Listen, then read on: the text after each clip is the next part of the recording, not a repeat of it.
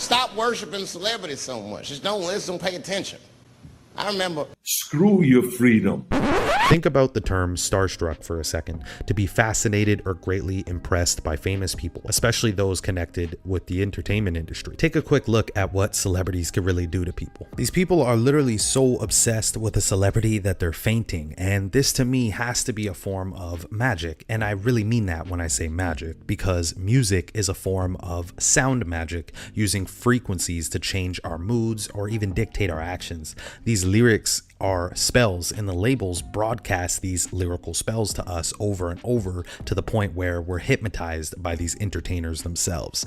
And man, celebrity worship is so strong to the point where fans will protest for their favorite celebrity, tattoo their names or faces on their bodies, and try breaking into their homes, damn near even create homemade shrines to worship them. A great example of the extreme case of celebrity worship would be the Eminem song titled Stan, the overly obsessed fan who is willing to do anything to get closer to his idol. Now, just like athletes, artists are often used to promote agendas just like any celebrity, whether it's getting the jab or BLM, hell, even climate change. They will damn near say anything if the money is right. When it comes to celebrity worship for today's youth, some of the most influential voices aren't even actors, singers, or an athlete, but simply a TikToker doing little 10-second corny dances promoting brands, drinks, clothing, you name it. And this form of influencer worship is just as real as it is for the more traditional celebrity. When a TikToker pops up at a mall, you'll see hundreds, if not thousands, storm the place screaming and fainting just to get a glimpse or a picture of these individuals. It's literally madness, because with the digital era that we're in, we are constantly being advertised something, and these entertainers are a lot more accessible for us to glamorize and watch. Stop worshiping celebrities so much. Just don't listen, pay attention. Yeah. Sounds good to me. All right, cool. Are we recording? Yes, we are. Okay. Well, hello, everyone. This is Leslie Powers here with Derek Bartolocelli and a wonderful guest for our episode today of Dissolving the Divide. Very happy you're here. Derek, I'm going to let you introduce our guest. Yeah, Leslie, happy you're here, as well as Cynthia Mitchell at Firm Life Daily. I love that. It's just, positive mantra to say on the daily, right? And Yes. We had a really great chat last year talking about that good old natty law, the science of life, as I like to kind of subtitle it as well. And today we have a interesting topic that really want to appeal to folks that are, more inclined to focus on mainstream things. And over the years, we go wondering why, folks are so obsessed with celebrities and all these magazines talking about their lives, and people spend so much time reading about other people's lives, like all these trivial things matter, and it's like really superficial a lot of times, and the Hollywood, and it's like, holy shit, like Exactly. They know more about the celebrity's life than their own life. Yeah. I think that's very true, sadly. Yeah. It's crazy. Yeah, I'm curious, Cynthia, what inspired you on this particular topic? Why you felt like this was an important one to talk about today? Just a lot of stuff that I see, and I'm very selective in who I follow, on social media, but just still what I still end up getting in my feed, and then just interacting with, certain family members and, friends and stuff. And it's just like, there's still this like very, very deeply embedded obsession.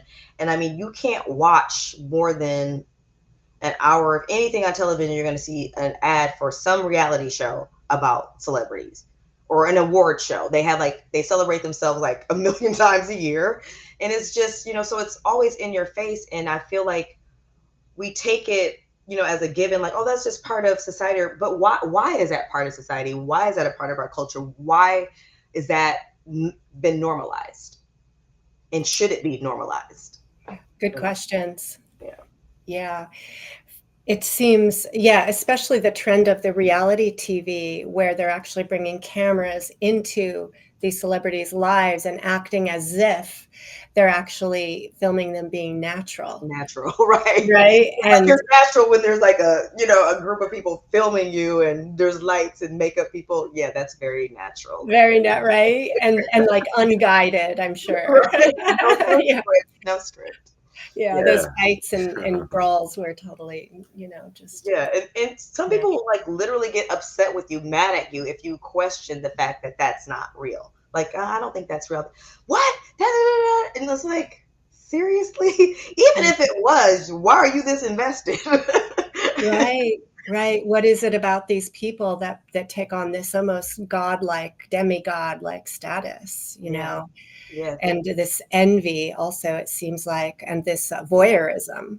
It seems yeah, to be very, very addictive almost. yeah. And also, I think people really love to see the fall of people too, like the rise and the fall. Like it's so, you know what I mean? It gives them some type of satisfaction. Yeah. Like, oh, see, no one gets it really good. And like, it's just like it's all just so outwardly directed for, instead of inwardly. You just lose all inward focus when you focus Totally. that much of your energy outward to other people, like you said, that you don't even know these people Yeah. at all. It seems like it's the modern day, like, mythological gods or something, Yeah, it seems very mythological that people are putting these roles of beyond it is. human. It is. It's very mythological. They're taking on these sacred archetypes for people, and they've taken the place of the gods that used to be worshipped, and now it's just the celebrities that have taken the roles for a lot of people. Absolutely, I agree with you 100% on that. Yeah. Fascinating topic. It is. Yeah, and so it's also fascinating to when you kind of research a little bit behind the curtains, and you kind of realize there's millions, if not billions, of dollars being pumped into just like marketing campaigns and certain narratives to circle around certain quote unquote people's champions. Yes. Setting down the primer that people are certain people are propped up as to be like icons to be idolized in a sense, and there's narratives circling around. There's magazines and all the TMZs and whatever, right? So the talking heads just keep squawking about, and people are still tuning into that stuff, and we wonder like, well, geez, like we're looking at all this really interesting information talking about natural law and stuff and how to be self-empowered. Why are these people spending so much time on things that don't even matter, and like other people also that are just like they're just celebrities, like Yeah. Yeah, and like you were saying, some actors. people just kind of like seem like they pop up out of nowhere, and like people don't even recognize like this is like an implant. It's not because they were this super talent or da da da. They chose this person, said we're gonna make this person a superstar, and they have the means to do that so easily to make someone a superstar, whether they're talented really or not. Because I'm like you, Derek. I love music, and I know so many just like amazingly talented artists that no one has like ever heard of ever, and probably never will because they don't want to sell their soul, so they just stay local or low key or independent or whatever. But Right. The other interesting part of this is how once certain characters or personas are well known, they often become spokespersons for a political side or a product or a for medical COVID procedure, right? Yes, exactly. They're leveraged and planted, I think, to appeal to human they're people who have their affection for those people and have decided they're trustworthy, right? yeah, And so it's interesting how much power they can wield that they're not even maybe initiating or even truly, it may not be true what they're right. saying about that they believe it or not, Yep. Yeah. Yeah, no, it's very powerful that the influence that they have. I mean, literally, like look at our culture. I think about like when I was a kid, like literally there's a job now called and just being an influencer. I'm just influencing you. That's like a whole career path just to influence other people, not to educate other people, not to even to get them to educate themselves or look into something. just to influence them to do whatever it is that you say is the best thing or the most popular thing or the most fantastic thing right now. That's like kind of mind blowing to me that that's a actual like career path. Right. That's the word that's been chosen to, Right. it's very, if you take it literally, Right. you really have to recognize it's about them influencing your mind and your thoughts and your emotions, not necessarily telling you the truth. Right. Exactly. It's like there's always this agenda in the background, but people are just seeing that first surface level. And like you said, they build these false relationships. So like they think this person is like their friend and that they like care about them, personally care about them. Oh, they would never steer me wrong or they would never give me bad advice. This person does not know you. They want money. They're getting money from doing what they're doing. They have sponsors and all of these things. And I'm not saying that, for every case, but I would say for most of them, yeah, it's not about necessarily what they're messaging or what they're selling. It's about how much they can make. So that's going to determine what they're messaging and what they're selling. Not necessarily what's good for you or what's good for the collective or what's, good spiritually or anything like that. Yeah, well said. And so, I just had a thought, and it obviously, was brewing up, leading up to this conversation, thinking about topics to ask and run by you and all this stuff. Mm-hmm. So when we watch movies and TV series and stuff, and they pull our heartstrings, and we're infatuated by certain things and like certain actors that play certain characters, and they represent certain archetypes and stuff. There's like this ego attachment that connects with certain subjects, right? So I think that's part of the reason why there's like this celebrity worship, and how people can be so stringent on supporting certain actors or celebrities or whoever that they're kind of like almost idolize in a sense. Yes. Even in willing to overlook some of the stuff that they've been compromised to, or doing whatever stuff they've been blackmailed, blackballed, whatever, right? So Yeah. And I mean, some of the stuff that's overlooked is like pretty, it's big stuff. Like, okay, you're just going to overlook that rape or that, what I'm saying? Whatever. Like, yes, a lot of times it's really big things that, we're overlooking, just because we still want to hold this person in high regard. So, we kind of just either make an excuse for them. Oh, well, it's really hard being a celebrity and they don't, or just whatever, or, they're just out to get them. It's not true. Or even when there's tons of evidence. So it's unfortunate because, like I said, all of this energy could really be, I mean, we could be so much further along as a collective humanity if this energy was put somewhere else, because there is so much energy that goes into this. And that was another reason why I really wanted to talk about it, because if we can channel that energy into something meaningful, into something empowering, into something that leads us to sovereignty and freedom, I mean, that would be amazing. Yeah. And that is a really important question as to why are people putting so much of their energy to this distraction, to this like black hole of endless drama and confusion, really. Yeah. And so there's got to be some very deep, psychological reasons, some deeper psychological reasons as to why. And I'm wondering what your thoughts are on that. And feel free to pull up any of your slides. Oh, yes. Yeah, because I think I want to get. Yeah, we do get into that some on these slides. So let me pull that. Did you want me to pop that up on the screen? Yeah, because I don't know why. Before it did it. Yeah. No. I'm the gatekeeper of these. No. Oh, no, they were there. Oh, they were? Oh, yeah.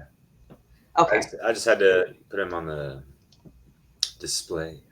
Here. But it's okay. Do you see it? Yeah. Okay, wonderful. Okay. So I have this full screen, so I don't see you guys, but yeah, so this is just kind of the introduction to the slides. So I just wanted to make sure I didn't miss any of the main points that I want to talk about. So I love slides. I fell in love with them through Mark Cassio's work, because I'm a person that I learn much better in taking information if I can both hear it and see it. And I also like to go back and look at stuff and reread it and look it over. So I'm a big slide fan. So it's the slides are the sickness of celebrity worship. And so we're going to talk about how and why celebrityism is destructive to our hearts, our minds, but most importantly, our spirits. And this is on an individual level and as a collective. And we kind of touched on a lot of this already. So first, I really like to define terms so that as we're talking, whoever's watching, we're on the same page and they're not thinking we're talking about something else. So I like to define terms. So I just wanted to define a few terms just to start, as far as like celebrity worship, which is just an extreme feeling of attachment to a celebrity. And I think we all know people in our lives that, participate in celebrity worship. So it just refers to like just unhealthy personal responses to celebrity status. So that can be, someone that, I just really like this person a lot, to like fanatics. Well, that's considered celebrity worship. And then they have this term now in the psychological community called celebrity worship syndrome. So I was looking into that some. So this is an obsessive and addictive disorder where individuals become intensely, very excessively involved in a celebrity's life. We talked about that a little with like these reality shows, and they're just so entrenched in like every little detail, they're sleeping with this person, they're pregnant, they're, as if they, as this is a family member, so you get really entrenched in their lives, and it's just becomes a preoccupation because you're worried about, their lifestyle, how they're looking, what the latest story is on TMZ about them. And it really kind of just tracks from your own life. So you see people in, personal distress. They, can't interact socially anymore because everything is about, celebrities and stuff like that. So they don't know they lose a connection, on a real life level with just regular people. And it can affect their work life as well. So the syndrome can be, pretty serious and really lead to an impairment of a person's life when they really get into the celebrity worship too deeply. And then the other term that kept coming up as I was researching this is the stan culture. So I know, Derek, the song "Stan" by Eminem. You probably know it, don't you? I know the song, but I didn't know the term. So that was a new one for me. Yeah. Yeah. So the song is about an obsessed fan. So they call it stan culture. And a good example of this is Beyonce's Beehive. If you go online and say something about Beyonce and somebody from her Beehive sees it, they will devour you, like literally eat you alive, because it's that stan culture. Like they're so into the celebrity, and it's like a cult following. Hardcore groupies. No. Hardcore groupies. Very hardcore, where they like threaten people and all sorts of stuff. I've heard even people actually being physically, attacked, for saying the wrong things about Beyonce. Yeah, it kind of reminds me real quick of, you see some of those TikTok videos, or even like just like old YouTube videos of when Britney Spears kind of went AWOL, whatever, and you see all these women crying like, "Leave Britney alone," or whatever. Yeah. It's like, oh geez, like y'all are just hurting each other, man. It's like, yes, I remember that too, because it was like some people that were very hardcore, like, you better not ever say anything about Britney, like, it's like they treat it like it's their child or their mom or their sister. It's that kind of protective energy, but it's for someone that they don't know, and the person doesn't know them either. So if you think about it like that, if you step back, like, that's really strange. But it's definitely a thing. So the other term I want to talk about is just the general celebrityism. So celebrityism is an artificially created social construct that it's not something that occurs naturally. Like, so this is something that's created on purpose, for sure. So in a lot of times, definitely there's, bloodlines and celebrities. You'll see generations and generations of, actors and athletes and stuff like that. But the actual celebrity in and of itself is not real. It just doesn't exist in nature. Yeah. Like squirrels don't have celebrity squirrels. You know what I mean? So it goes beyond nepotism, huh? So it's like, it's something that we've created. So it's artificial. It's not naturally occurring in nature. So the celebrity persona, like you were saying earlier, Leslie, it's not even real, the persona you're saying anyway. So it's this carefully constructed and crafted version of this person that people are seeing. So I had AI create this image when I was putting in the information about this, and I love the image that it came up with, because it's like that's what they're doing. They're just building this fake person for you to worship, and they're not even real. They're just putting them together. It's craftsmanship. So I really like that image. And then a lot of people think too of celebrity worship and celebrityism as just, singers, actors, athletes, but this extends far beyond that. Religious leaders, politicians. I mean, they're worshiped like nobody's business now. A lot of these politicians. It's a very blurred line now between celebrities and politicians. They've totally overlapped those populations. I agree. It's like you can barely tell the difference a lot of time. And then, like, even the current president, he was a regular celebrity before he became president. Yeah. Yeah, exactly. And it's funny because, like, I was never a fan of him then, and I'm never really been a fan of him, like, since, whatever. It's just like, it's kind of interesting and a little humorous and whatever to see him stir the pot of the political spectrum of things. But, yeah, it's just, I don't know. It's like same shit, different smell, and whatever the hell. But anyways, continue. Yeah. So, yeah. No, I agree with you 100%. I said, this would be really, really funny if it wasn't our life. I know, right? I mean, we had the Terminator as the governor of California, And what is it, the Wide World Wrestler guy who was Jesse Ventura was actually more legit, though. Yeah, more and more. It's just normal now. Yeah, it is. And I think it just even makes it so much easier for them to be elected because of celebrityism. They are instantly trusted because they were already trusted from being a celebrity. Yeah. Is Hulk Hogan going to run for president? Who? Hulk Hogan. Oh, I wouldn't be surprised. I thought you were for real. I wouldn't be shocked, and I wouldn't be shocked at this point if you won. If you ran. I prefer the Macho Man, but whatever, Yeah, I'm more of a Macho Man. I understand, but yeah. Randy Savage over Hulk Hogan, but yeah, we're there. We're there. I feel like we're there for something like that to easily happen for real. But so this slide is just about why we worship, or why so many people worship celebrities, and we hit on some of these, but we'll stop at each one and we could talk about each one as long as you guys want. So the first one is the programming and the brainwashing. Obviously, that is a big part of why so many people worship celebrities, because it's also used as a distraction. And like you were talking about, influence. They can influence us to do the things that I like to call them the powers that shouldn't be, want us to do, because you have that built-in trust, you have that worship, you have that you want to feel like you're pleasing them, even though they have no idea who you are or that you're doing what they say, but people still want to feel like they're pleasing them, like they're listening. I'm a good worshiper, So I think programming and brainwashing is a big part of getting people in that mind state. Yeah, and if we're talking about, okay, why would the social engineers of the world want people programmed this way? What is the agenda? What is the advantage to them? Because clearly they're feeding off of this energy somehow. Some of it is financial, a big part of it. I mean, how much money is being spent on fashion that's guided by a celebrity who has a clothing line or a perfume line, or a huge distraction, right, from other things going on.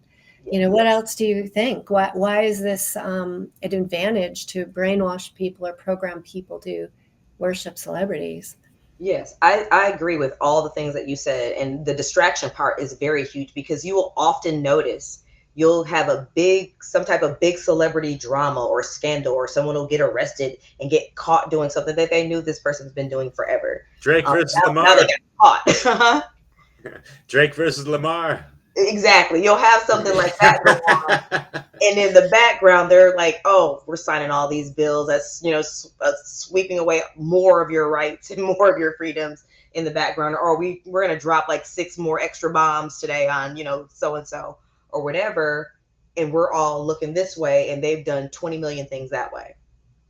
and we're all focused on something that matters zero for our well-being as a collective. Yeah. So I think that's a huge part of it. But like you said, it's also, it gives them money, it gives, power. They can also use that as a way to get us to go along with, to embrace their satanic beliefs, because these celebrities push them. They might wrap it in something that looks really pretty and really da da da, but they push satanic belief systems, which is that inversion of what is holy, inversion of love, inversion of good, inversion of morality. Yeah. And with that, I think comes a setup to divide people and to, kind of steer like gender issues and Oh yes. identity issues, and create divides between men and women and different just different camps, along the way, like you're saying, creating divisiveness, and people pick sides and then become very emotional. And Yes. yeah. Yes, I agree wholeheartedly. It's definitely part of the divide and conquer strategy, and it works extremely well. And it really does play into it's funny that you brought that up about the labels and all of the gender roles and all of these things that are so prominent right now.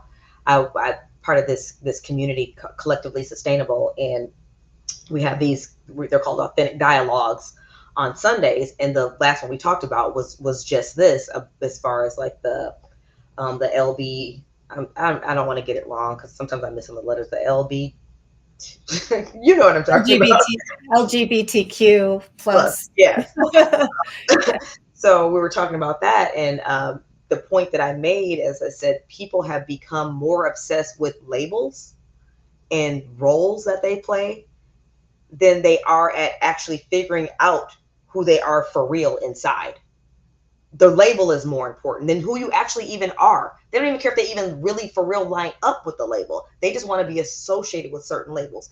They become the label instead of becoming themselves. Yes. And then if there's a celebrity that they can align with as sort of a almost like an ego that they can attach to have their own sense of self. Yes. I think it does come down to a certain like a paucity of your own, like a lack of people's own sense of self and confidence in self, knowledge of self. You're right. We spoke about this in a really great discussion with Maria West titled Identitarianism. She kind of like, I love that. Oh, I love that. Does she mind if I use that? I love that. Please, yeah. She'll have no problem with it, it's a good term. Yeah, it's a great term. It's perfect. Yeah. So what I wanted to mention is that, there's all these different flavors out there, and, it's like, take your pick. There's a celebrity for whatever type of genre of music or whatever, right? And so there's like that tribal, mentality and energy behind those, with the stands and groupies and all that stuff, which is why you get like kind of like not the infighting, but the rivalries and all these things sometimes, and it is what it is. Even though it's like, wow, it's like it was never a competition. Y'all be right. I mean, there's a dime a dozen videos out there always talk about like, oh, who's the goats of whatever the fuck. Like, y'all are obsessed with goats and stuff like that. Like, what about you? What are you the greatest of all time in? All right, so shut the fuck up and like do something with your life, type of stuff. Like No, yeah, I get it. It just allows for so much outward projection, and then nothing's going inward. This is all just outward projection onto labels, onto celebrities, onto all these different identities, for every identity except who you actually really are. So yeah, everybody was really receptive to that idea when I brought it up, because it's just so evident in today's world with this complete obsession with identification. And I don't want anyone to think that I'm not bashing anyone's lifestyle. I definitely believe in objective morality. If you're not hurting anybody, I don't give a crap what you do. But it also doesn't need to be where it's like the first thing you say, hi, I'm Cynthia and I'm a heterosexual. Like, why does that even matter? Just get to know me for me, and I'll get to know you for you. I don't have to come to you with 50 million labels up front before you even get to know me. Well, it's kind of bringing an agenda forward. It is. It is. Yeah. The box checking agenda. Yep. Yep. Which boxes do you check? Oh, you didn't check the right boxes, so you don't fit into my little group. You're out. Yeah. Divide and conquer. Divide and conquer. It's so inclusive, right? Holy shit. Right. Right. I know. It's like a word that's thrown around, and then the opposite is actually in the behavior.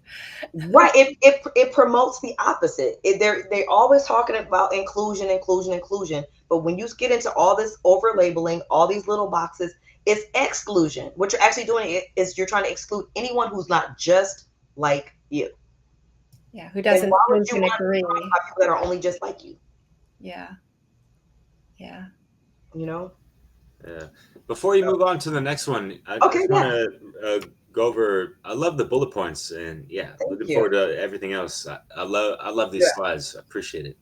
So much to riff off of, but you mentioned satanic and all that stuff, and for people out there listening, sometimes just gotta clear what that means in reference or context to what you're talking about in regards to just like the inversions of what is good and pure and all that stuff like that.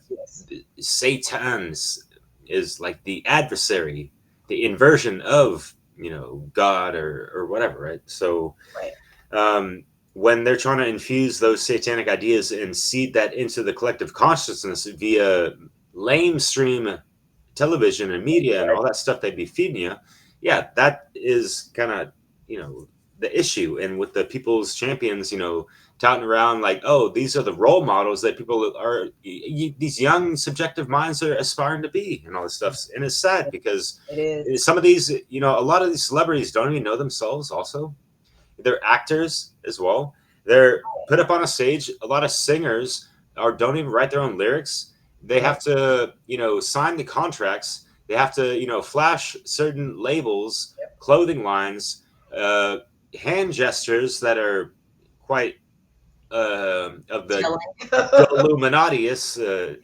luminous, dim light, false light. But that doesn't mean like they're like some head honcho within the Masonic Lodge or Illuminati, whatever the fuck. They're just they're puppets. Yeah, exactly. Yeah, they're puppets.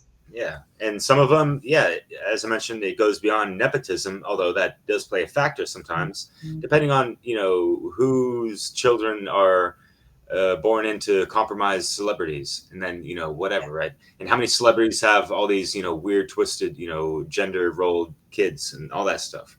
Yeah. Another thing I want go for it, please. Yeah. No, I was just gonna say it's so much greater than the general population. It seems like. Yeah. With celebrities' kids, Oh, that percentage. The ratio of what's being shown in magazines and the front cover of things every time you go in a store. Yeah. So it's. I'm sorry. Go ahead. I was just curious. I think this second bullet point is interesting. Oh yeah. So I was doing some research on this, and I haven't researched it enough to say, okay, I'm for sure. Like, I'm sold on this, but there are a lot of there's been a lot of research in this area that we are hardwired genetically to have a worship gene. So that's why we are so easily swayed to be like this and to worship celebrities or whoever's presented in front of us as those godlike archetypes, because it's literally in our gene. So interesting. The archetype goes back as early as we know humans existed, right? And so our understanding or building understanding of epigenetics would apply, I think, to this idea, that epigenetically this that our ancestors' lives were pretty dependent on these bigger than life characters that controlled whether they ate or not. The kings who claimed to be appointed by God, the lords, and there was such a hierarchy that to some degree, it would be, you know, to survive, you need to at least kiss their ass. Bare minimum. If you want to make it bare minimum, Yeah. you better at least fake that you love them. Right. Yeah, if you want to. So no, it makes a lot of sense. I like I said, I really want to do some more research on it, because I was like, this is really interesting, because I had heard it before, but like I said, I never really dove really deep into it or like read a book on it or something yet. But it makes so much sense, especially what you're saying with like the epigenetics. It makes a lot of sense that we would be genetically prone to do that, because just based on survival alone. Yeah. So, Yeah. And then the way that the religions became so just a woven into survival, and the moral, or like what do you call it, the dogmatic shaming around behaviors, you know, and being given these saints, you know, like in the Catholic Church, you know, the nuns, the priests, the saints, you know, to worship at certain days of the year. And that comes really from the pagan gods, you know, gods and goddesses that, you know, going to, you know, give a sacrifice or whatever in order to have good crops, a good season, you know. So much external. It's very much a culture that's built on external locus of control, the worship of something outside of you. Yes. That is certainly gotten passed down. The whole belief in government is part of that. You know? Exactly. It absolutely is. And that, yeah, when you brought that up, it just reminded me, because I went to a Catholic school up until just until the third grade. But even then, that young, I was just like, the stuff that they were, you know, teaching us, I was like, this is like totally not adding up. So it's yeah, because it is just it's just based on, you know, that hierarchy, and you being powerless, and then you have, you know, to make it through, to survive, this wrathful, basically petty God, like the pettiest, it's like the pettiest person ever is supposed to also be God and all love. And I'm like, this is not adding up. Is God this petty, like almost person like nature, or is it really God all love, like you're saying, and it's everywhere and in all of us? So it never meshed for me. And when I went to college, I went to Marquette University, which is a Jesuit university, but ironically enough, that's where I learned from. We had a phenomenal history professor there, where I learned about the origins of, you know, the main religions, especially Christianity. And I was like, wow, you know, so it was kind of like my mind was blown, because it just then I saw why none of it made sense, because it was all just a control system that they were setting up. It wasn't about God or your spirituality or any of that. It was about control. Oof, yeah. And they do that in so many insidious ways, right? Especially through savior programming, which is kind of like this religion, and the people's champions and the politricians and all this stuff. Yeah. Hey, don't worry about it, people. We got to figure it out. Just follow the role models and that kind of stuff. And yeah, that's been ingrained in our brains throughout the generations for centuries. Yeah. So. Yep. Absolutely. And that kind of just leads into the next point. It's an extension of our societal dependence on religious belief systems. That is so entrenched in our everyday life, and a lot of people don't recognize how entrenched we are in religious belief systems with everything. So again, I like to just define terms. So religion is a personal or institutionalized system of beliefs, practices, and devotion. So this is not just about religions that are based on a God. You got the religion of money, of authority, all the different things that we've been talking about. These are all religions because of the way we believe in them and the way we practice them, and our level of devotion is on a religious level, even probably more so than especially with money and authority, even more so. That's a probably deeper religion and more heavily practiced and more passionately practiced than religions based on a God, I would say, just based on observation of people. So yeah, Well said. Yeah. Yeah, it's very ingrained in what I mentioned earlier, like just evidence of this religious nature, like how devoted we are to this. Look at the number of award shows for actors, for singers, for athletes, the number of reality shows, the number, like how much you pay for a concert ticket or a sports ticket. Try to go to a Super Bowl. Oh my gosh, the price is ridiculous for It's concerts insane. in these sports events. You know, I was thinking about that. This is all based on an emotional hook, right? It's hooking people's emotions and then amplifying emotions. Yeah. And emotions in themselves are not rational. And so it's creating an imbalance in people's consciousness that is also addictive. It's feeding them a certain the feel-good chemicals, the Yeah. dopamine and the oxytocin of being part of, like, Lady Gaga's circle, her community, and Yeah. you get to feel special and not alone, and you have friends, and you have all this instant community, and it's really exploiting people's social and emotional vulnerabilities. It is. And it gets people so emotionally leaning that they're not thinking clearly, and they can't take feedback. They're not looking for truth. They're not seeing true things. So you can use the smoke and mirrors to pretty much manipulate their minds in any way you want. Yeah. Especially and then you add the music, which is incorporated in all of this, whether it's film or songs themselves. And that is also a subtle and not so subtle way of controlling people. Yeah, that's right on the money. It absolutely is. So yeah, and it works so extremely well.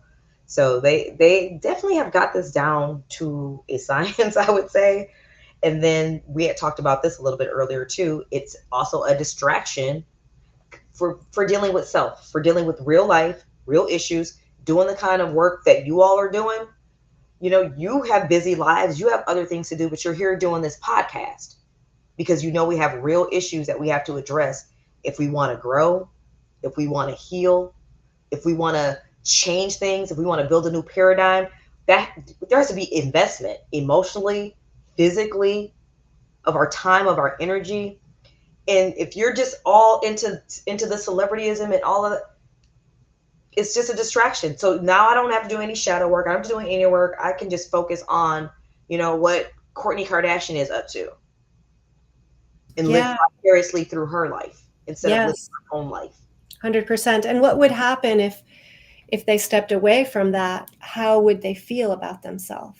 What would give a sense of self and importance? Right. And I fear that's what's missing, is that they don't have a sense of real, authentic self and importance.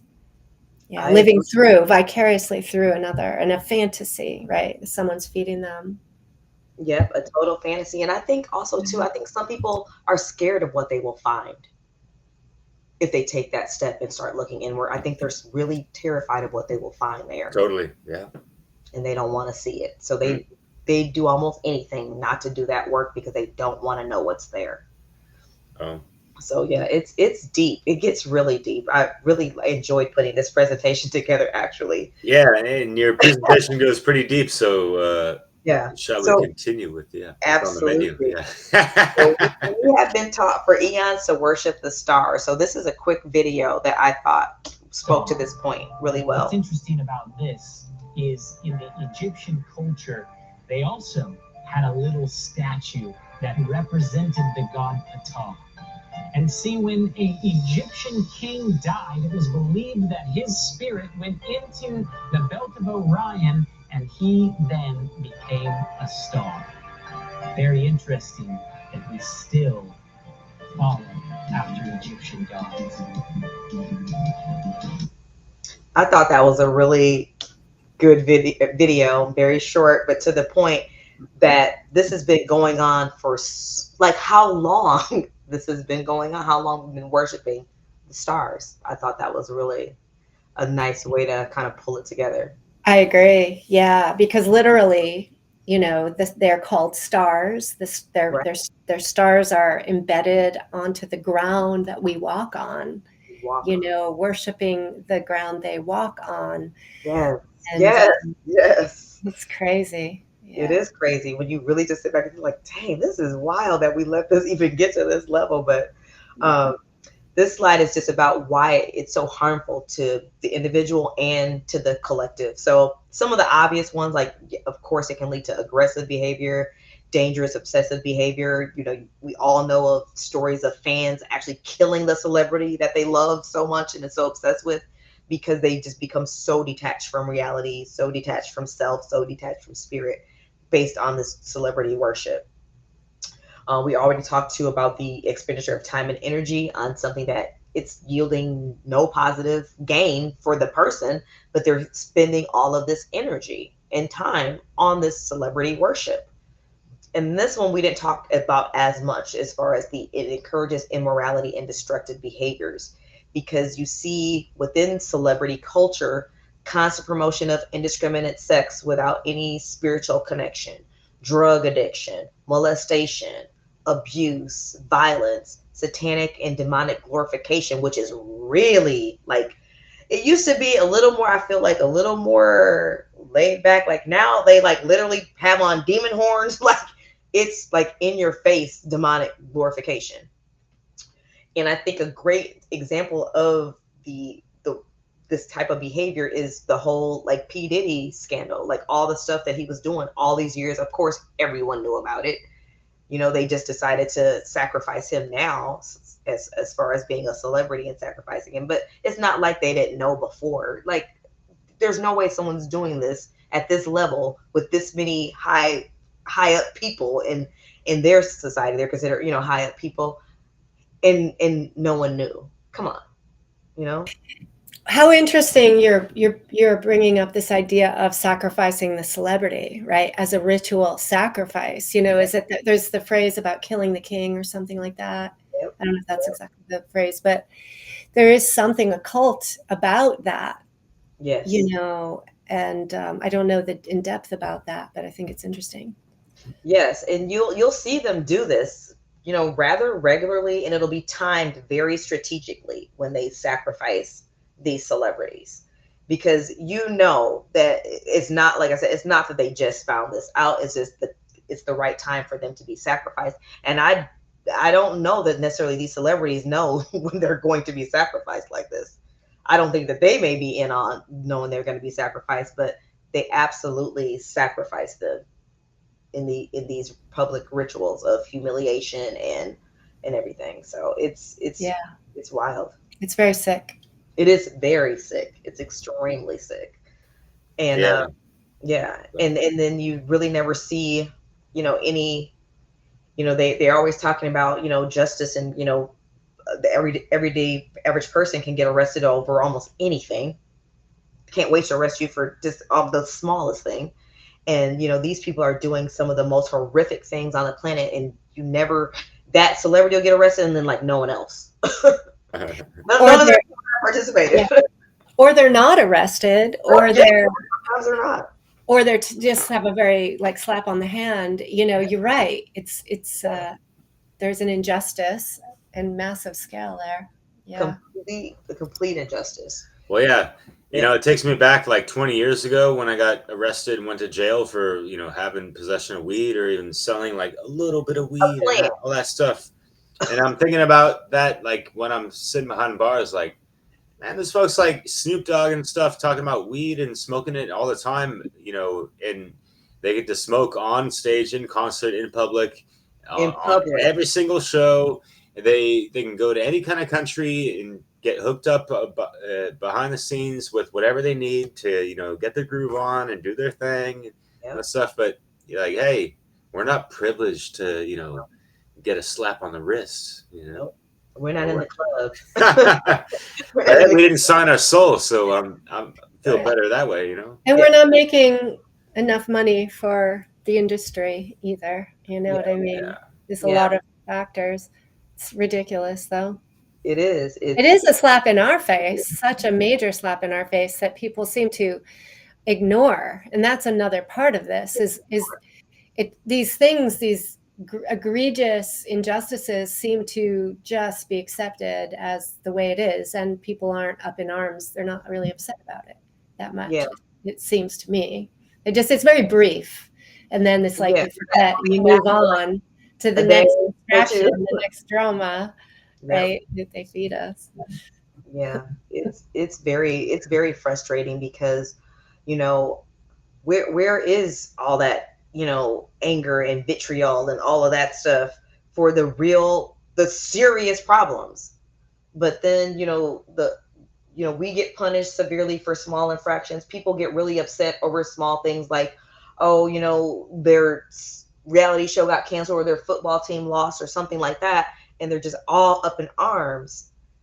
But they're not all up in arms over what is happening to humanity right now. Why is there should be all hell breaking loose right now. People should be that up in arms about what is going on around us, but they're not.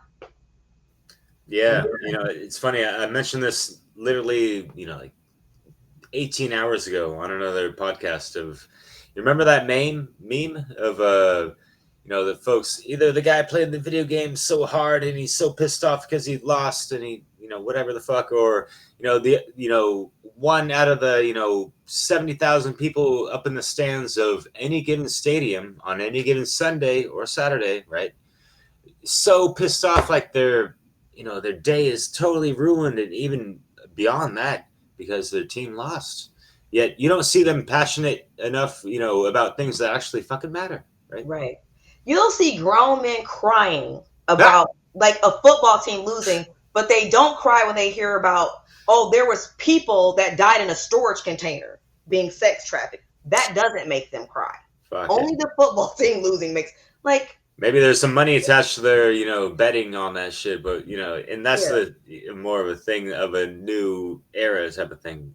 yeah, I think that there's like epigenetic dissociation, you know, yeah. that with That's things, true. with the amount of trauma That's that true. our ancestors have participated in, witnessed, you know, how many wars, how many children lost, that there's almost a numbness that is passed on and propelled, you know, through, you know, with our own parents and their numbness and, you know, the what they're focusing on. Like it's more important to go get a grade in school than it is to like speak about or do something about something really terrible going on with your neighbor, you know, or something, you know, like Yeah, it's where the values and the energy being put, and it's all this system where the system's guiding people to go and think about what, you know, just telling us what's important.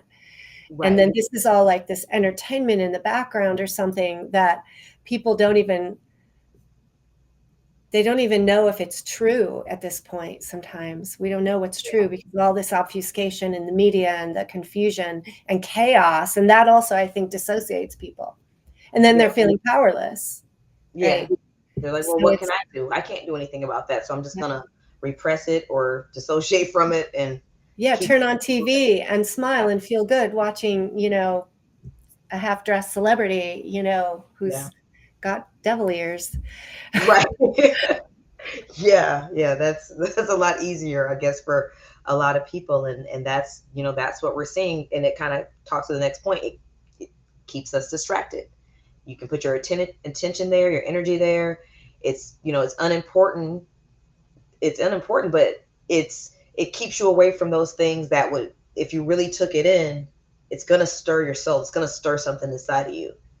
And once you say, okay, this is real, what they're doing is real, all the stuff I believed in is fake.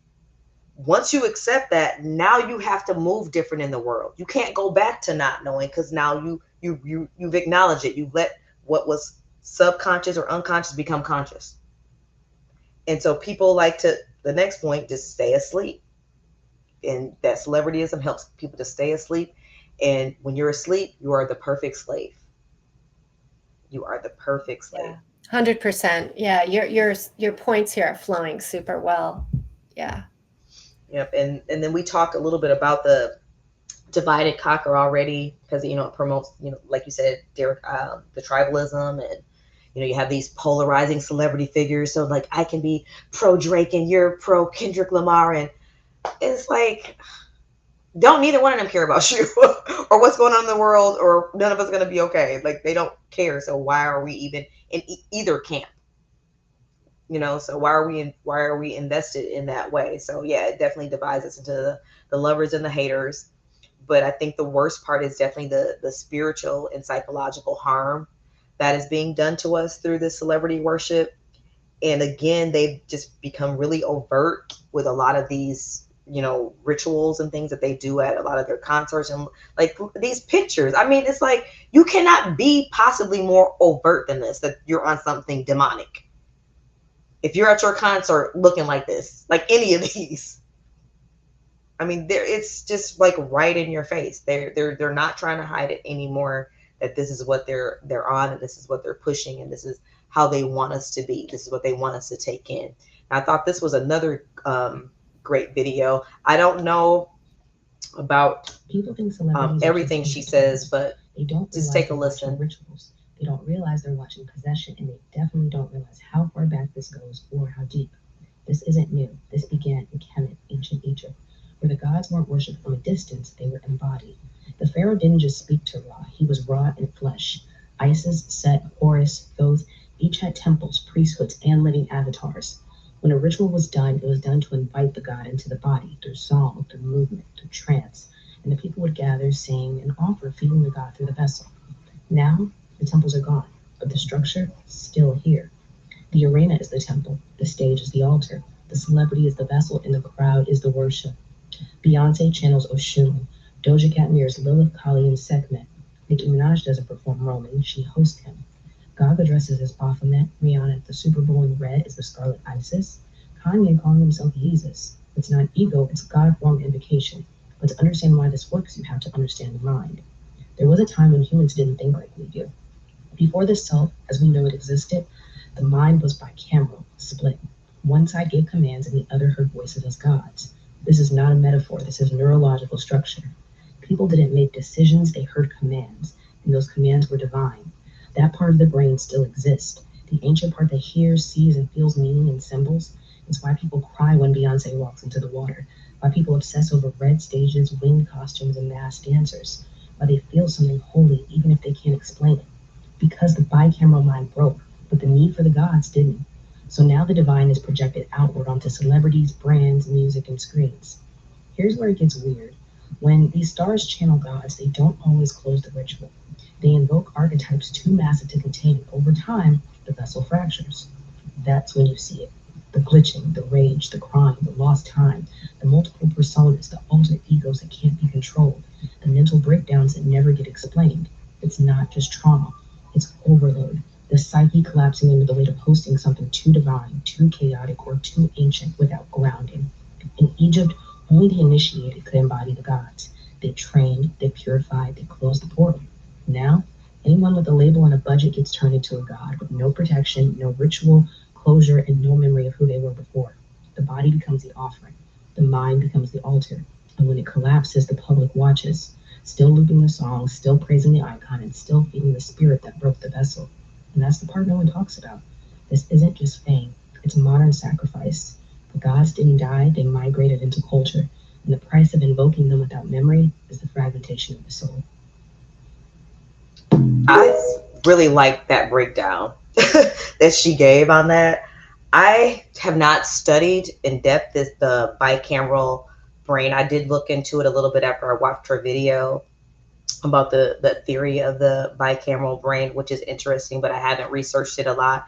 But that's the only part where I feel like I need to research more. The other things that she said, I feel like we've seen, like with our own two eyes, like many, many times. We've seen exactly what she's talking about with the rituals. And, we see these people literally fall apart before our eyes. Like what happened to so-and-so? Like you see them literally disintegrate before our eyes. Like Joe Biden? Yeah. Yeah. Definitely disintegrated. So these people are, always, under surveillance, it seems. And, Yes.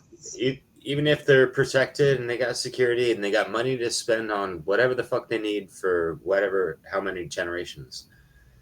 If you're familiar with gematria, which is, studying, symbols and letters, words, names, places, through uh, deciphering Like the number words. values. Yeah, Yeah. exactly. There's several people that do a lot of work that unravel a lot of things, especially in regards to certain celebrity deaths and even, Yeah. sports teams winning or things like that. Things that are, breaking news level type of stuff, especially. Those are a lot of times some sort of rituals, Mm-hmm. apparently, because the Yep. numbers and letters add up and is pretty wild. But anyways, that's just to It say is. that, I've seen that before. I've seen some videos on that. yeah, Gematria News Effect. That's a good channel to check out. But Wait, I said what's the that Gematria News Effect, I believe. I'm gonna check that out. It Yeah, sounds very interesting. guy from Seattle, Zach Hubbard. He actually has a book, Gematria by the or something by the numbers. Anyways, I mean, it's just to say that, you know, again, Cynthia earlier, that it's more puppets, and It is. It is. no matter their fame and level of worship and all this stuff, they're still subject to higher uppers that can, throw them under the bus or, blackball them any given time because, why are people on the Jeffrey Epstein list and why are all these other people blackballed? So that, they are held to certain things that, could go against them in the future in case, they need to be made an example of or whatever the hell, Yep. right? So Yep. like a ditty or whatever the hell, folks be getting way too giddy, right? Come on. Yeah. Yeah. Yeah. There's also something here where these images that are being fed to people, it's really tapping into something that's within the person, and it's their own shadow self that is hungry for an outlet and responding to it. And I think there's also something that's playing off like our human anatomy and that bilateral brain, and that there is a tendency in humans to be a bit binary, to be like on, off, plus, minus. The whole polarity principle is natural, right? And so that can be exploited, that can be used as a lever to manipulate Yep. through this creation of images that people that go very deep as archetypes, Yeah. right, in the human experience, and then can be turned into entertainment and influence through it. So I think it's a deeply psychological thing, mechanisms that people are not trained.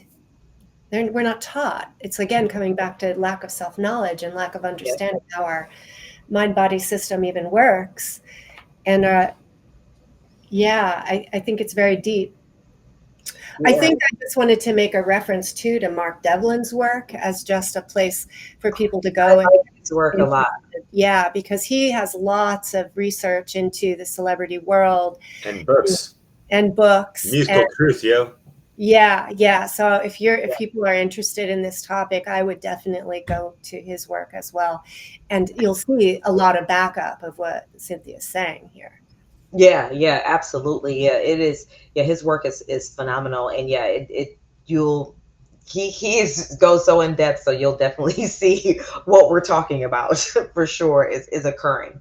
So, and like you said, it's deeply psychological and deeply spiritual, and a lot of people, like you said, we just have such a lack of knowledge of self. They don't even know why they're feeling so drawn in, where it might feel even almost like compelled or like uncontrollable, like the draw, especially if you're not in tune with self and your own, your own spirituality.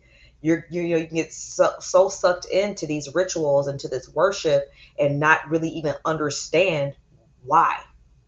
Yeah, Where is this coming from? yeah. So, Not to mention the subliminal stuff that we're oh not yeah, consciously aware of. Yeah, in the yep, music and the lyrics and the visuals and everything. Yeah, yep, the symbolism. Yeah, yeah. that made It's me think real quick, and I'd love to hear your thoughts, Cynthia, because Mhm.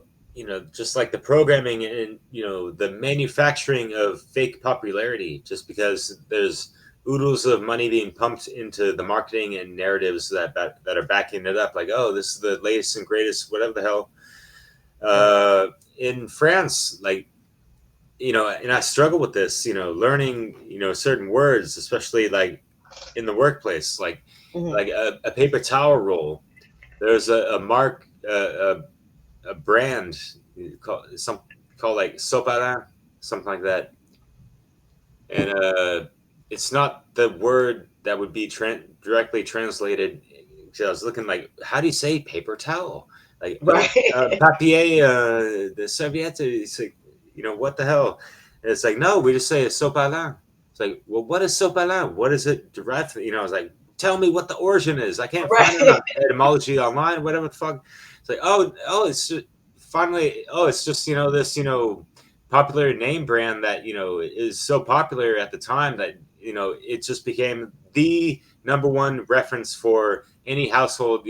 There's no word for paper towel. It's just Sopalin, whatever. It's like, really? Like, yeah, kind of like us with Kleenex, right? Yeah, I was just going to say, that's exactly. That's just a brand. It's not a product, hey, voila.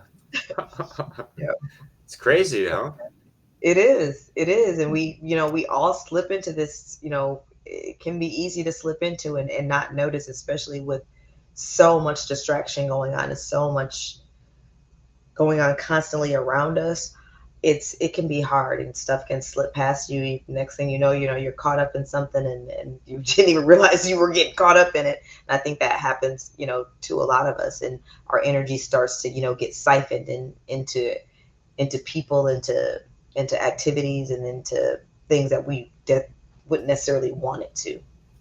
Yes, really well said. I think that's true for the celebrities themselves too, that Yeah. they innocently sometimes step into this promise of fame and fortune and sign those contracts and innocently, and then they get in very deep, and Yeah. how hard it is then to get out. And Yeah. we have a similar problem. We get very deeply entrenched in our beliefs, in our investment, that it's hard to back out. Yeah. No, I agree, because every time when I see that picture of Sam Smith, because it was many years ago now. It was like when he first came out.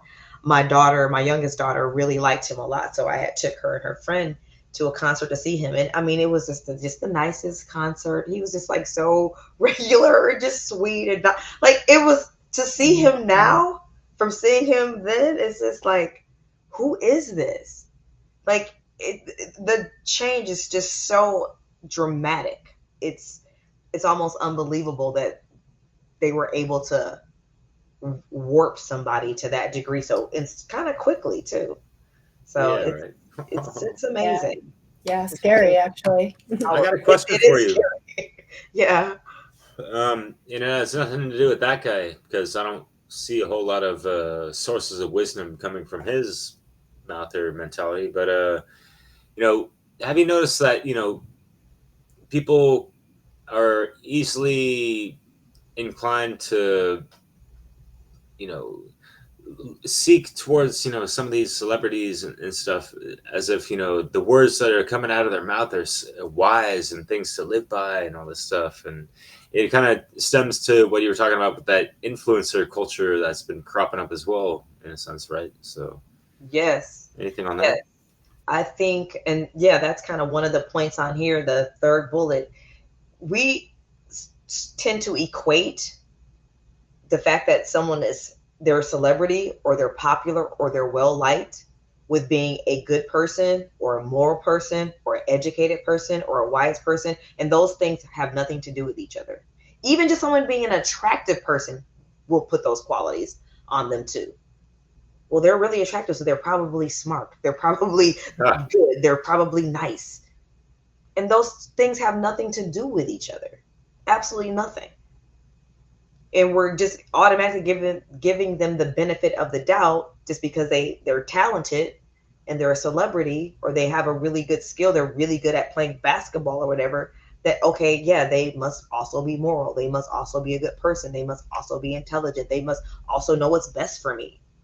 And the two things just are not at all related. at all. And, people make that association almost without even thinking, just kind of like unconsciously, they make that association. Would you make an association with, especially like, the high level music artists that are topping the charts and this and that, and the music videos, like, seeing it objectively, it's like, so it seems like the criteria to be at that level is like, you got to be a supermodel and be down to, throw yourself into music videos that are subjected to like soft porn and transhumanism and all this weird stuff. And like, what the what's going on over there? Like, Yep. Yeah, you have to be, like you said, willing to sell your soul, sell who you are and become, whatever version of you that what they want to put out there. I have a question for you, Cynthia, and I think it's kind of a hard question, but how do you think that parents should navigate this topic with their children? When normalcy is going to the movies, listening to music on the radio, on the TV, it's so embedded as normal in our culture. And yet as a parent who starts to see these things, what would you advise to them? How to approach it? Yeah, and that is tough. And I just kind of did what my parents did. I was able to listen to whatever music, we went to the movies and stuff like that. But like constantly, all the time, my dad would just hammer into all of us, me and my siblings. You never worship people. They are just people. They go home and do the same stuff that you do. That is just a person, and you never worship a person. They are not better than you. They are not greater than you. They are not any they're just another you. They just happen to be on TV, or they just happen to be in a movie. They're not better than you in any way. And you never, and so he just instilled that in us. Like from, I can always just remember, I can hear him so clear saying that right now. And so I just did the same thing with my kids, just always reminded them of that. There is a difference between enjoying someone's work and worshiping them, or thinking that they're somehow above you, because they're not. Yes. And I think you have to remind your kids of that. Mm-hmm. Especially nowadays, like back then, there wasn't as much, influence. There wasn't so much, social media and stuff like that, because my kids are all grown now.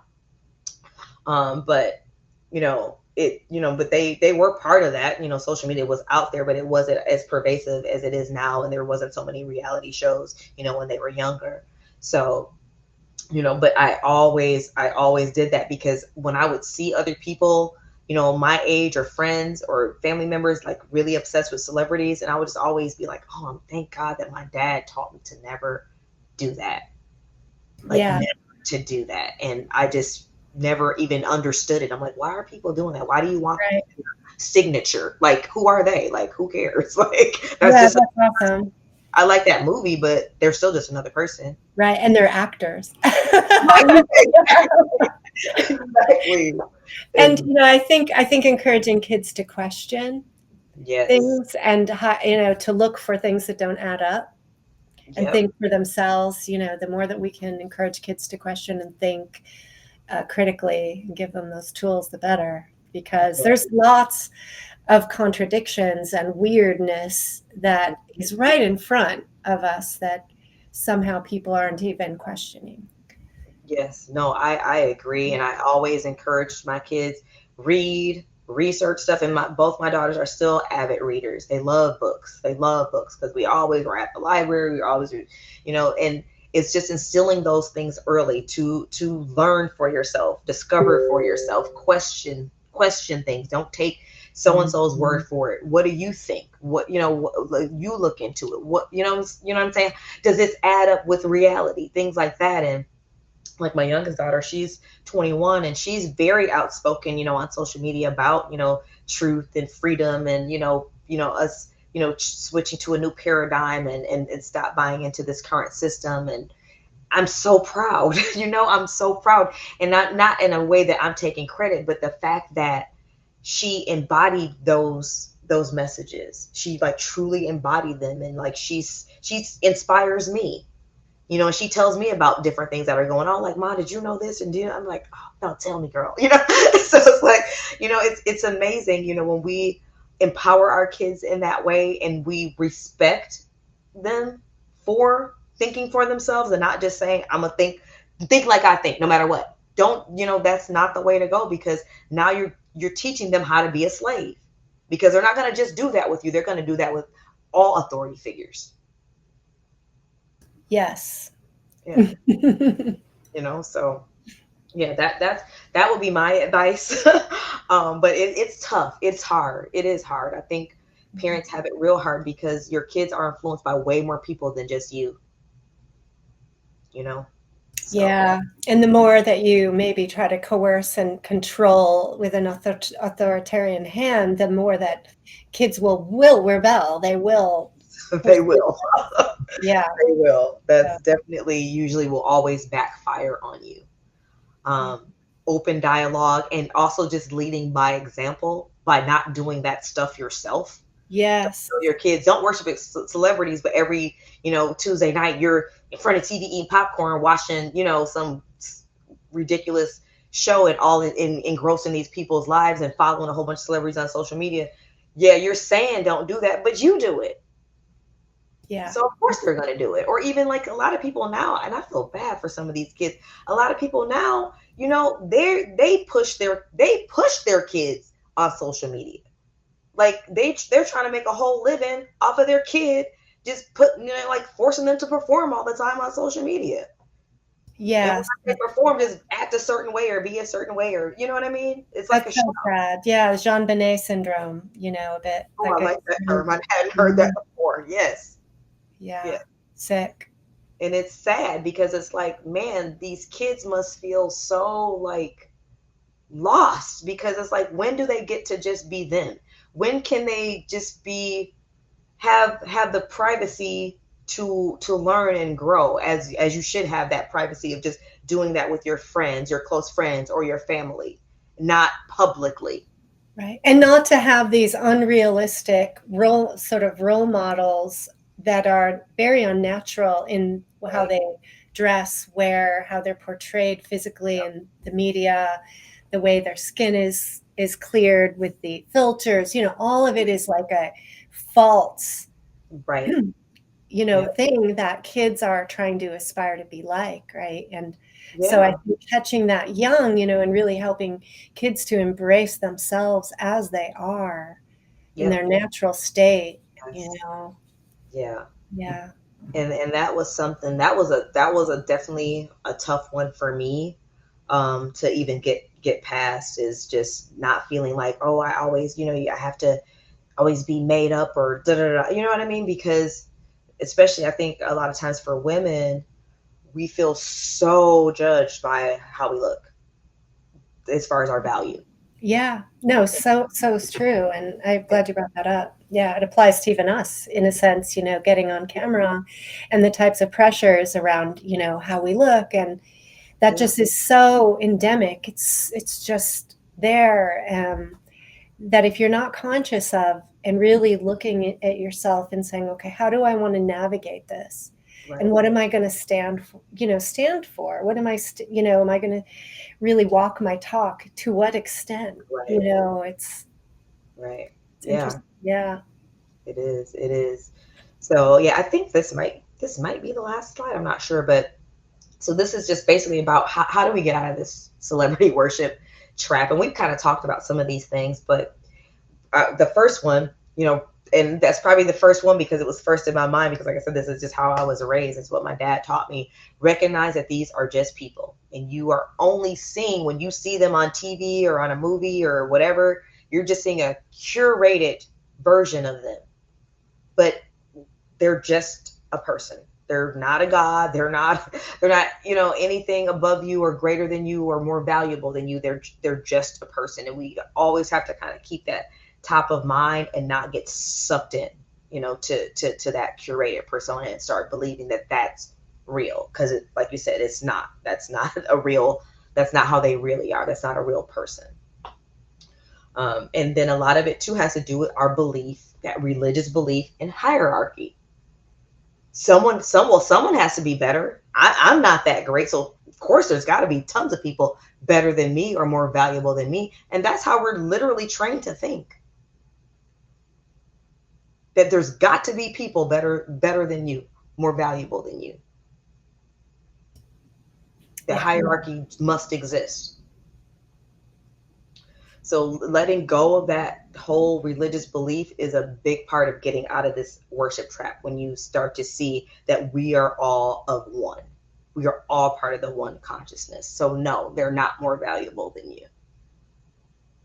And we have to, really get back in tune with ourselves to see our own inherent value, the value of just self, just because you are part of that one, that this beautiful creation. You're part of that.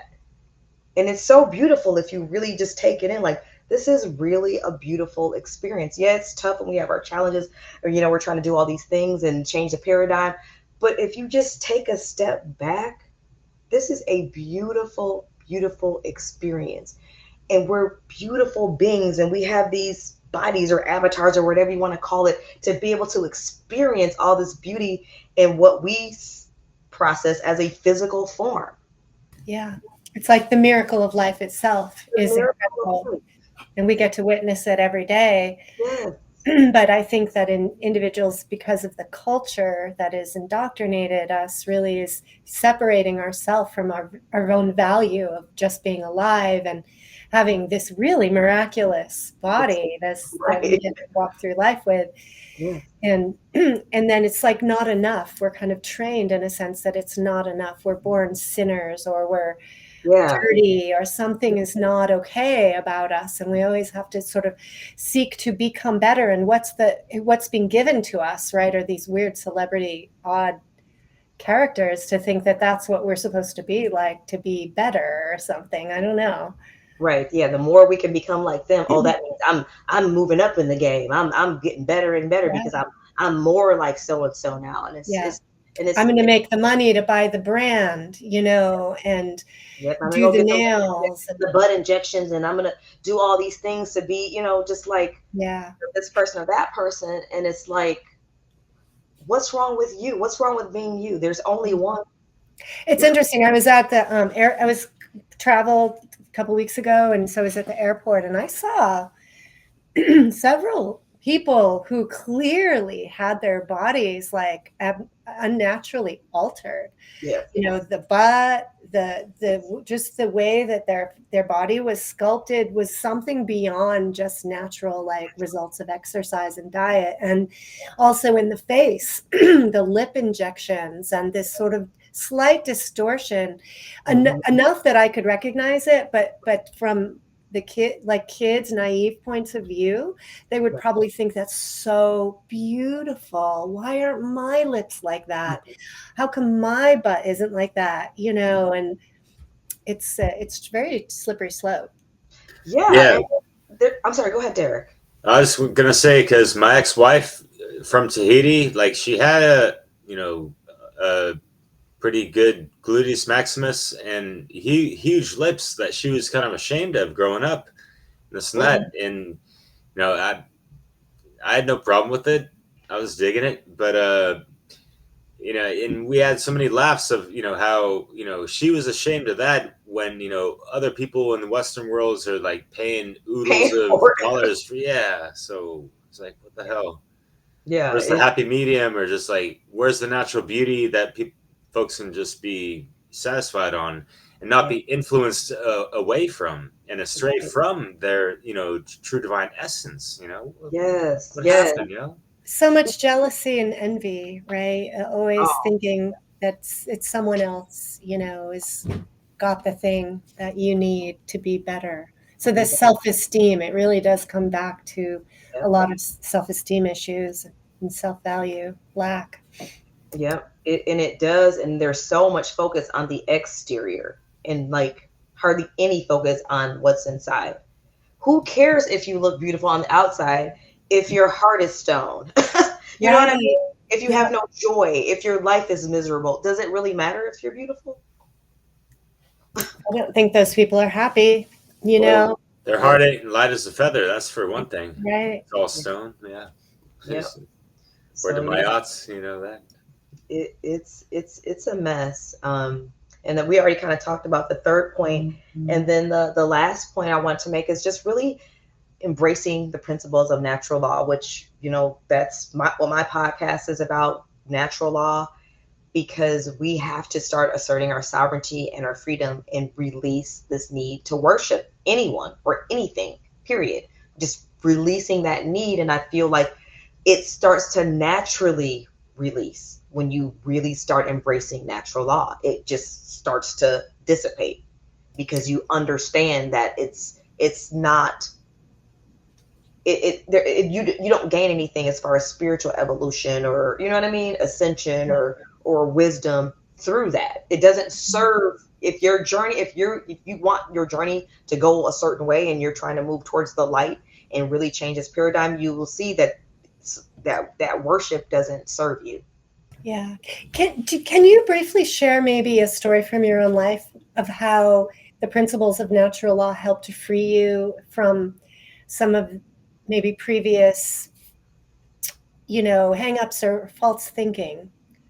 Oh yeah. Because I definitely it was kind of like a slow progression for me before I really kind of got out of the mind. I want to say the mind F.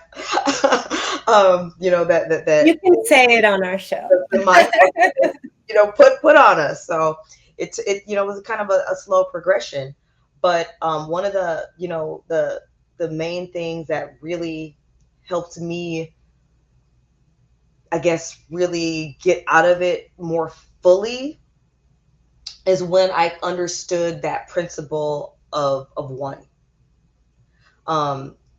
Because with me, I always kind of felt like, well, I was attached to that, I guess, that authority and that hierarchy thing, because someone has to be in charge, because someone, you know what I mean. So once I started to be able to really let that go, I feel like that was the real turning point for me. So then when I was introduced to natural law, I was able to actually embrace it and not resist it, because it brought all of the little pieces I had kind of, all together, if that makes sense. Because I felt like I had all these little pieces of the puzzle, like, well, this seems off, well, this doesn't line up, well, this, yeah, we definitely should be doing this. Like, what's wrong? Why can't we get out of this? Why do we stay stuck in this cycle?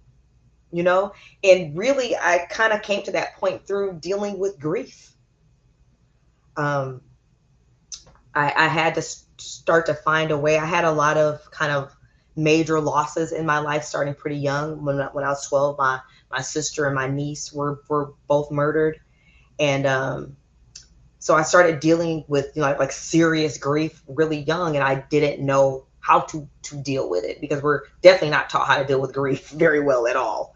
We're taught pretty much the opposite. So it was a very destructive force in my life.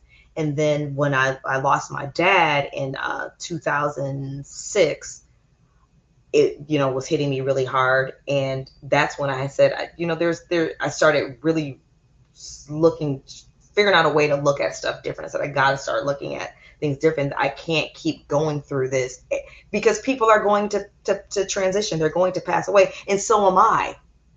So it can't be this thing where it's, just completely destroying me every time.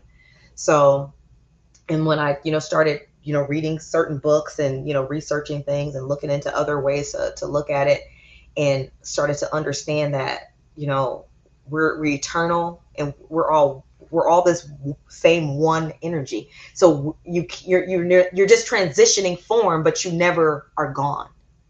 You're never gone. And if we're all one, how can there be a hierarchy? How can there be an authority? We're all of the same.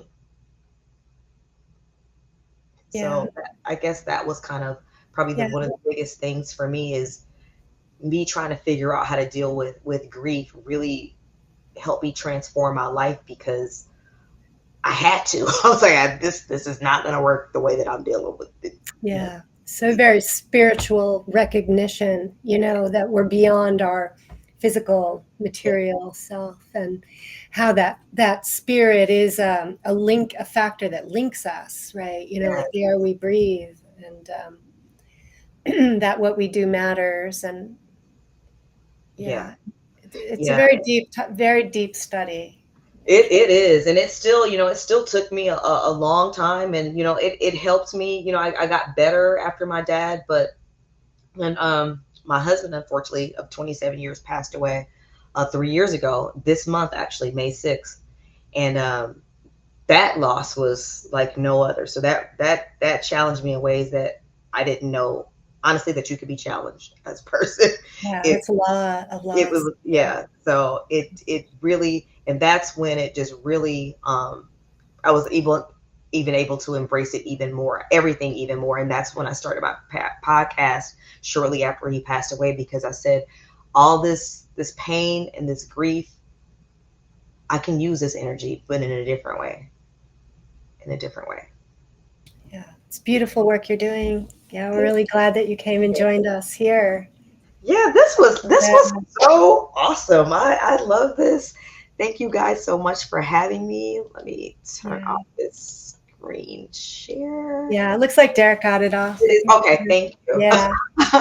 Yeah, no, this is a really fun conversation, and actually so relevant and so multi-layered. It's a good talking point, really, to teach a lot of things, I think. Silly cat. This was amazing. I appreciate you guys for having me on, and all the amazing discussion. I could talk about this kind of stuff all day. Yeah. Would say Natty Law. I love Natty Law. Hell yeah. Tell us where. Go ahead, please. Cynthia, just once again, thank you so much. I love your introspections and reflections on life, society, and the sciences of all those things on a whole, and bringing some flavorful, backed slides that we usually don't get with a lot of guests. So I just want to acknowledge that and honor you and your efforts. And yes, thank you. I definitely appreciate that, and as we do.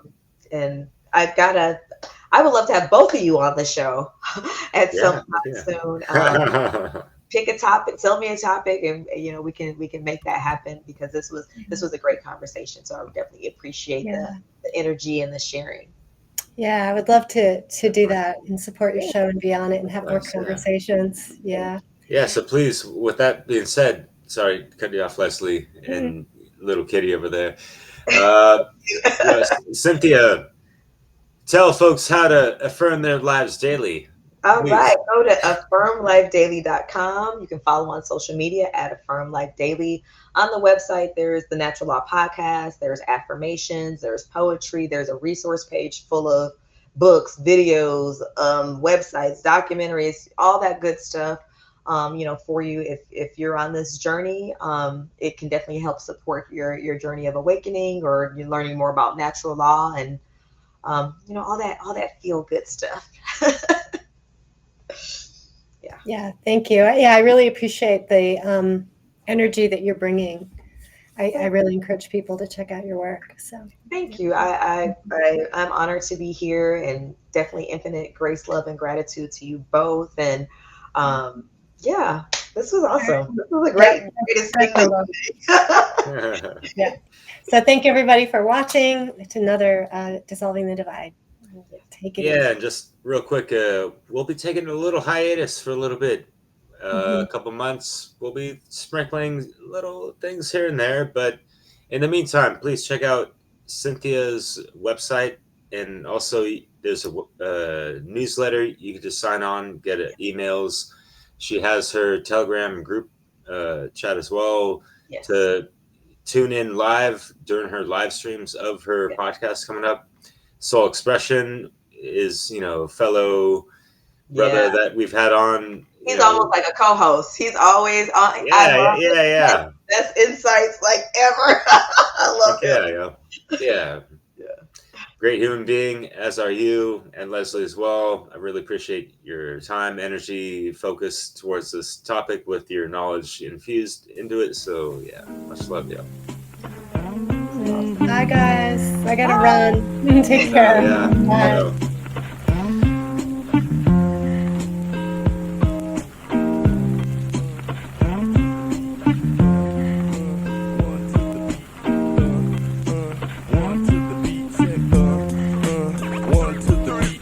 Turn it to another degree.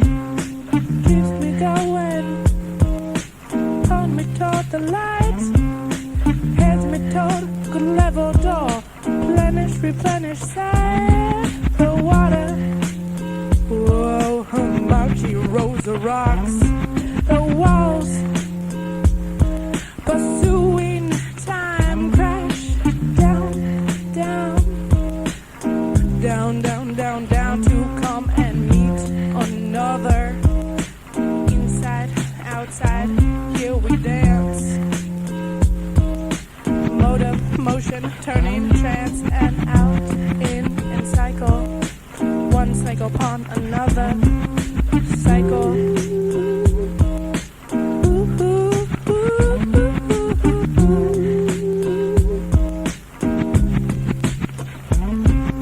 Yes, you untold drearies. Yes, you reveal dreams. Views of past expression now brought to our attention. Very throughout in parallel, others in divine indivisibility. Brought back to mind. Sworn by the mindset that all those free to the nation believe from the Almighty goddess and